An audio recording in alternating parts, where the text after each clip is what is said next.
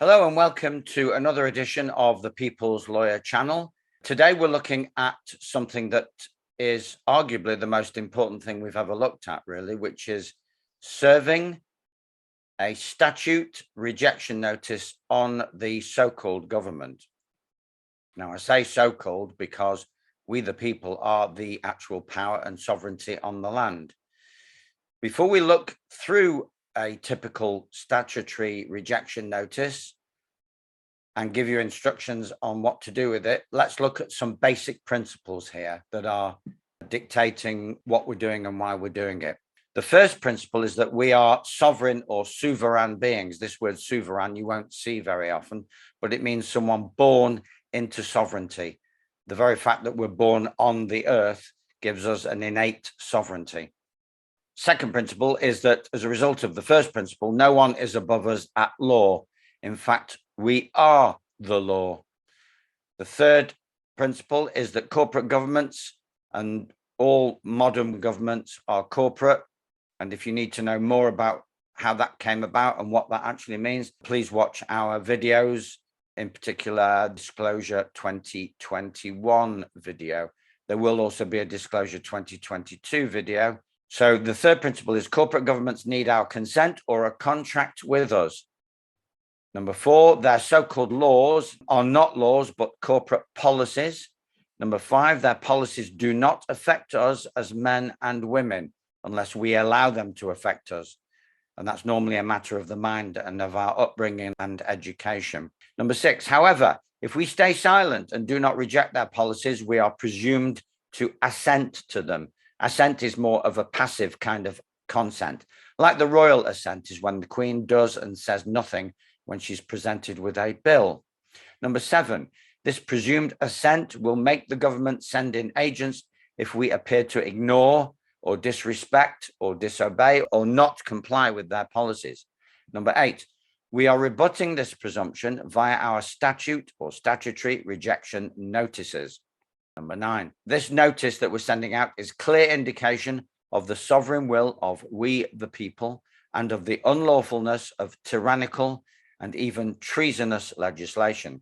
Now, by treason, what we mean is any affront or assault, or technically what's known as abrogation, which means cancelling or eliminating the true power from the people and putting it into the hands of the few. So from the many into the few is treason. Your education may have indicated that treason is all about trying to usurp the position of the government. Well, we already have that. The power is with the people. Overthrowing the government or attempting to overthrow the government is actually sedition. Number 10, this notice will give us, or these notices will give us a solid basis for mass non-compliance without being seen to promote anarchy or extremism. Number 11, it will also allow individuals to feel empowered to be non-compliant, knowing that they are not alone and stand in true lawfulness. Number 12, this is a quote from Robert Kennedy Jr., although he may have taken it from somewhere else. Nobody ever complied their way out of tyranny. So what I'm going to do now is go through a typical statutory notice. They are available online on the website, which is www.thepeopleslawyeruk.com, in particular, the free resources section, and there will be a link in the description box. Now, this statutory notice that we're going to go through is what you could call the biblical version. There is also a secular version for people that have difficulty with the word God or difficulty with biblical references. So it says at the top, notice of intended rejection of legislation in breach of divine natural law and constitutional law. Notice to principal is notice to agent. Notice to agent is notice to principal. Declaration according to divine natural law. Whereas we, the people of flesh and blood, living on sovereign English land and soil, in our private capacity, hereinafter we, the people, hereby declare that, 1, we are unique individuated creations of God Almighty. Genesis chapter 1, verses 26 to 28, and Colossians chapter 1, verse 16. Number 2, as creations of God Almighty, we are imbued with the breath of life. and are connected to spirit via our soul. Number 3, we are born onto the earth, boys or girls, on sovereign land and soil, which represents the earth, with the innate ability to mature into self-governing and self-responsible men and women, and the divine-sourced right to benefit freely from all that the earth has to offer. This would come as a surprise to most people who have been indoctrinated into thinking that the world does not owe them a living and that they must suffer and sweat for everything. Well, the earth owes you everything as a gift, but that's a longer story, again, that's covered in our videos, which can be viewed freely on the homepage, on the introductory videos page. Number 4, said ability to be self-defining, cognizant beings is embedded into our DNA as a divine coding, also known as the God code, from which we derive our unique characteristics and potential for growth. Number 5, we are endowed with free will choice. That's the key here. This is a free will choice planet, and any interference with our free will choice is a trespass against us. So this notice is in effect one grand trespass notice. Moving on, bound only by and subject to the divine laws of creation, including the one true law. Number 6, we recognize only said one true divine natural law as a limit on our otherwise absolute free will choices, the law that requires of us that we do no harm. Number 7, the divine natural law of do no harm or do unto others as you would have them do unto you is embedded into our DNA and manifests in everyday life as conscience. Number 8, conscience translates in the material and legal world as equity. Just as an aside here, equity is the highest form of law, man-made law, which is the closest to God's law or natural universal law. It's where the law of the material meets the law of spirit, universal law. It's based in conscience. It's higher than common law, and it's the law in which everything has to be fair and just and according to conscience and conscionable. Number 9, all man-made or corporate government attempts via legislation to govern men, women, boys, and girls must therefore be equitable or conscionable in nature in order to be valid according to divine natural law.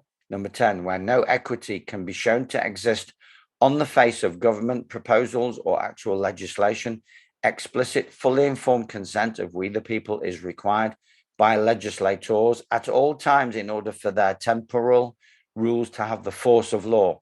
Yes, without evidence for our consent, their so-called rules have the color of law. They describe them as law. They are not law until we are seen to consent and actually do consent or enter into contract. Number 11, no assumptions or presumptions regarding explicit consent to legislation can or shall ever be caused to be made or to be binding on any man, woman, boy, or girl. Number 12, any acts of enforcement of legislation passed without evidence for we the people's explicit consent shall be regarded as unlawful trespass. There's that word trespass at law and breach of the peace in equity. Breach of the peace is something that we only know about as common law breach of the peace, but breach of the peace also exists in equity against you as an individual. It's a breach of the peace of your mind against and upon we the people. Number 13, as sons and daughters of divine creation, we are presumed innocent unless and until a man or woman claims in good faith that we have caused them harm deliberately and with malicious intent, and a jury of our fellow men and women determines unanimously that such accusation is based in fact beyond all reasonable doubt. That's just a re-establishment of the ancient common law principle of presumed innocent until found guilty by a jury of good men and women, duly and lawfully convened. In the light and in full consideration of the foregoing declaration, we the people therefore require and demand from our trustees, Parliament assembled and their agents, lawful and transparent answers to the following questions. And if we don't get answers to these questions, and we almost certainly won't, there's a presumption which arises in our favor of dishonorability, which is in commerce and in equity, not having clean hands. So if the government ignore these questions, they are not seen to be coming with clean hands. They must be hiding something if they cannot answer these lawful and honorable questions. Question 1. By what authority, eternal or temporal, is Parliament assembled and its agents claiming to be empowered or enabled by law to affect or violate the natural unalienable? Now, a lot of you will know inalienable or even unalienable, but we've opted for unalienable to make it absolutely clear that these rights and freedoms cannot be touched. They cannot be affected or interfered with or have any commercial charge placed on them. In other words, they can't cash in on a perceived breach of their so-called rules. Unalienable rights and freedoms of we the people. Said rights include but are not limited to the following: the right to life, the right to freedom of peaceful assembly, the right to bodily autonomy and integrity, the right to peaceful freedom of expression, the right to privacy and to be left in peace, the right to work and to earn a living. Number 2, by what right is Parliament assembled and its agents claiming to be able to usurp the position of divine creator of all living men and women of flesh and blood with a soul and a conscience? Number 3, when Parliament assembled and its agents purport to pass legislation, quote, in the public interest, close quotes, or for, quote, public safety, close quotes, or for, quote, public health, close quotes, or for the greater good, in inverted commas, who are the public and what is the greater good being referred to? And what tangible benefit is being created and offered to real men and women, boys and girls, living in and on sovereign land and soil? Just as an aside, those of you who have watched some of our other videos or have been to live in-person talks will know that public is all about commerce. And we live and breathe on the land and soil in the private. So anything purported to be for public benefit is not for our benefit in real terms. It's to do with economic viability, global reset. Number 4, does Parliament assembled and its agents accept or deny that it is bound by Magna Carta 1297, an eternal contract between the sovereign and we the people? Said Magna Carta states, quote, confirmation of liberties. First, we have granted to God, and by this our present charter have confirmed for us and our heirs forever, that the Church of England shall be free and shall have all her whole rights and liberties inviolable. We have granted also and given to all the freemen of our realm for us and our heirs forever these liberties underwritten to have and to hold to them and their heirs of us and our heirs forever. We're including the Magna Carta affirmation or confirmation of liberties, not that we need to, but it's something that by its very wording, the current Parliament and any future parliaments are bound by. As men and women, we do not require to stand on Magna Carta, but we're using it as evidence of unreasonableness and dishonorability and not coming with clean hands in equity and illegality, if you like, parliamentary illegality, if the Parliament cannot conform, cannot abide by their own rules. Number 5, does Parliament assembled and its agents accept or deny that it is bound or restricted as successors to the Parliament which passed the Bill of Rights 1688? Said Bill of Rights states, quote, that no declarations, judgments, doings or proceedings to the prejudice of the people in any of the said premises, which means Parliament, ought in any wise to be drawn hereafter into consequence or example. Or just redefining that, we can say that basically that means that Parliament must not decree anything prejudicial to the people. That's the simplified version of what that quote from the Bill of Rights actually means. Number 6, does Parliament assembled and its agents accept or deny that both Parliament and the Crown are, according to the terms of their respective oaths of office, including the monarch's oath, obliged to govern the peoples of England, Wales and Northern Ireland according to their respective laws and customs? 7, by what charter, contract or treaty to which we the people are or are presumed to be party is Parliament assembled and its agents claiming to be empowered or enabled to create or abrogate rights or compel specific performance of any obligations or duties to be fulfilled by we the people? 8, is Parliament assembled and its agents claiming proprietary rights over the minds, bodies and souls of we the people? 9, if the answer to question 8 is yes, on what basis is such claim being made at law and in equity? 10. If the answer to question 8 is no, then what evidence does Parliament assembled and its agents have in its possession or control for a contract with we the people, or with particular, which means individual, men and women living on sovereign land and soil in territory designated as England? Obviously, if you're in Scotland, Wales, or Ireland, or Northern Ireland, you can change this wording. That's why it's in the Word document. Number 11, is Parliament assembled and its agents claiming that its enacted legislation forms a legal and binding contract with we the people? If so, on what basis, at law and in equity? Number 12, does Parliament assembled and its agents accept or deny that we the people are governed and policed by explicit consent, where there is no demonstrable evidence for a contract with Parliament assembled and its agents? Number 13, does Parliament assembled and its agents accept or deny that members of Parliament are public officers under the public trust, upon oath and subject to strict fiduciary obligations? Fiduciary means under a trust. To serve we the people, such officers being lawfully obliged as fiduciaries to exercise their obligations in good faith, with integrity, transparency, honesty, and loyalty under said public trust. 14, how are such members of Parliament showing good faith and honouring the aforementioned fiduciary obligations with their stated proposals to pervert historic rights and freedoms of we the people? That's a reference to some of the statutes, acts, and bills listed below, which is not an exhaustive list, designed to erode the apparent rights of we the people, although it's not strictly we the people. They are the persons, the legal statutory persons, and the humans that we think we are, but we're actually not. And for more information about that, please consult other videos. Number 15, is Parliament assembled and its agents fully intending to honour and abide by the Bill of Rights 1688? Said Bill of Rights states, quote, that all grants and promises of fines and forfeitures of particular persons before conviction are illegal and void. So this is a reference to all the threats that they will put into their legislation of fines which are operable prior to conviction, like the COVID fines.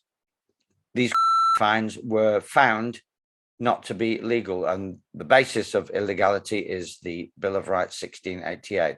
You have to be convicted in their legalese world by magistrates or judges before you can be fined. In the real world of true natural law, you have to have been found guilty beyond all reasonable doubt by a unanimous verdict of a jury of good men and women. Number 16, does Parliament assembled and its agents accept or deny that both Parliament and the Crown derive sovereignty exclusively from we the people, and that any unilateral non-consensual interference with or perversion of the historic rights and freedoms of we the people is therefore treason at common law? Parliament assembled and its agents, officers, assigns, and successors are hereby notified that 1, we the people do not consent to any legislated abrogation, limitation, or perversion of our divine natural law rights and innate freedoms as living men and women of flesh and blood, granted sovereignty and free will choice by our Creator. 2, without evidence for contract with or consent given by we the people, any legislation passed by Parliament assembled and its agents with the express or implied intent unduly to limit or to pervert the historic rights and freedoms of we the people shall be regarded as null and void, as well as treasonous trespass to the inherent sovereignty of we the people. 3, any attempts to enforce legislation passed contrary to the spirit of divine creation and to the word of the Bill of Rights 1688 through invasive medical procedure, threat of arrest, punishment, financial penalty, or expropriation of property shall be deemed unlawful and unjustified breach of the peace and trespass against any man or woman, boy or girl.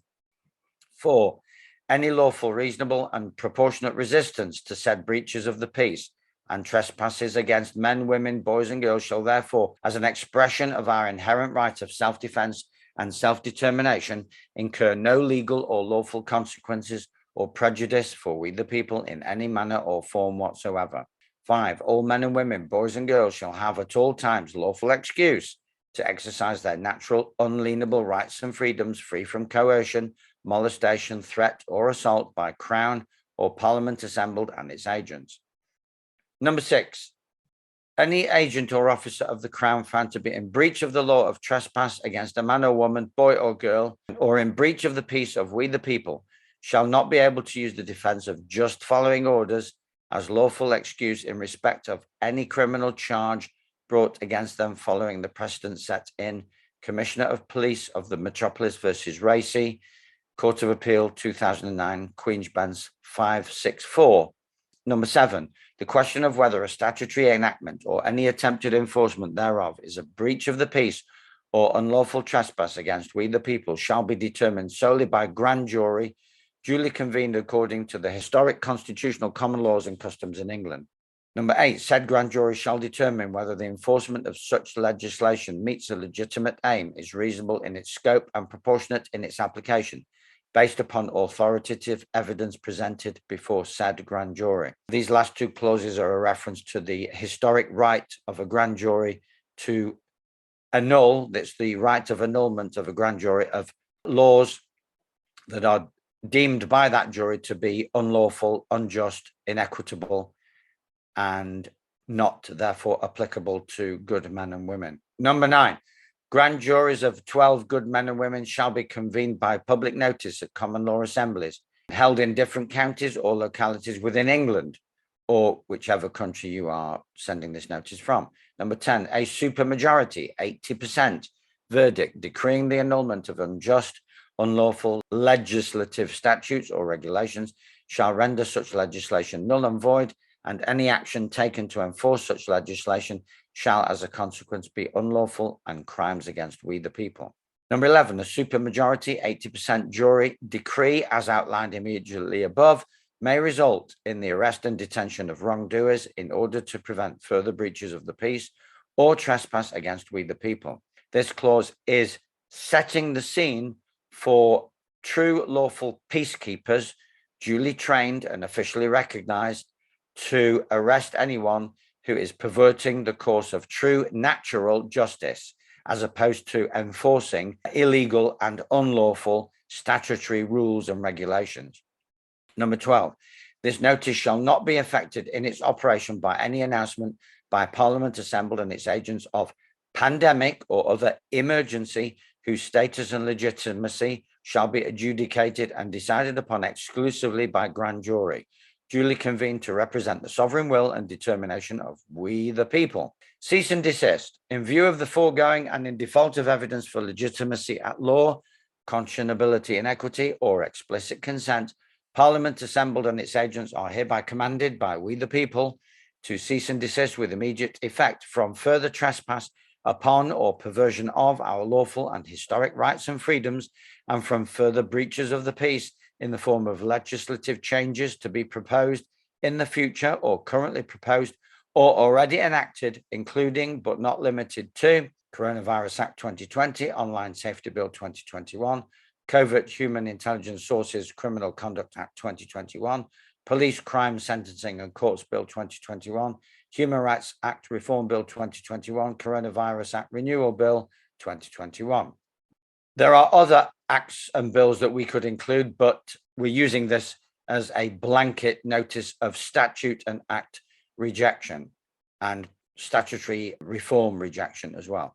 You end the notice as follows: by, with a colon, you indicate your true status, which is master and your first name only, colon, a living man or living woman of flesh and blood. Underneath that, your full legal name with title, and underneath that, beneficiary. Everything is in blue. Blue is the color of venous blood and is representative of life and living intent. We represent the law. We are the law. So that is the notice. I do acknowledge, and it has been criticized as being a little bit wordy, but it has to be wordy because in that wording, we can't miss anything out. And we also have to put ourselves on notice of exactly what this wording means. So it's kind of self-explanatory. To be self-explanatory, it has to be wordy. The next question is, what effect will it have? Well, it's designed to put the Parliament on notice, to set the scene for a change of atmosphere it may not, and it almost certainly will not affect their behavior. But if enough of us send them this notice, if 1 million of us or even 2 million of us send this notice, it will be a powerful optic to remind them. It's a reminder that the true law is in our hearts. It's not in their pens and papers, and it's certainly not in their statute book. They're simply applying global policy on a local level. They're policy enforcers. So we're saying we're drawing a line in the sand. You go this far, but no further. And if you attempt to go further, if you attempt to put this policy into practice, you will be met with powerful, lawful resistance. And we're putting them also on notice that this lawful resistance and peaceful non-compliance can have no legal or lawful consequences. On the contrary, any attempt to disrupt our non-compliance will have lawful consequences. Threatening them with anything further than that, in other words, serving notices of liability, personally, I think is not necessary. We are using our true status as a shield. We do not need to use it as a sword, because it is such a powerful shield that they can in fact fall on our shield rather than on our sword. What you do with it is entirely up to you. What we recommend is you send the statutory notice by email to all the people that we've listed at the top of the notice with full instructions. We won't go through the instructions now because this video is already long enough. The instructions, we hope, are clear. You send them by email. You can also back that up with a second class signed for delivery. We recommend email because we're going to rotate these notices, because as the statute comes out, we're going to renew the notices and make the statutory notice specific to the latest statute, or if it's the latest bill. So at the moment, it's a generic notice, but we can then make it more specific as time goes by. There is also, we won't do a separate video on it, there's also a separate notice for the World Health Organization treaty surrender or sovereignty surrender treaty, which should be sent to your Prime Minister if it's not Boris Johnson, or your health minister as well. That won't be the subject of a separate video. It's a much, much shorter notice. I don't think it needs a separate video, but if I get feedback that it does, then I'll do a separate video. So that's the statutory rejection notice. Please share far and wide and activate. This could be something that changes things. If it does, I can't say right now how it will, but the one thing that it will do is it will send out a ripple effect. Somebody has described this as a butterfly effect notice, and a small domino can cause a much larger domino to fall if there are other dominoes in between, if you see what I mean. And the butterfly can flap its wings and cause a tsunami or a typhoon across the world. We are way more powerful than we realize, especially when we come together. So it's all about the power of coming together and the power of clarity and clear expression of our intent and clear expression of our non-consent. We hope that that has been helpful. We hope from the bottom of our heart that this changes things. And now we leave it to you, up to you, to activate something that we have provided for the benefit of all men and women, boys and girls that come to the attention of this initiative.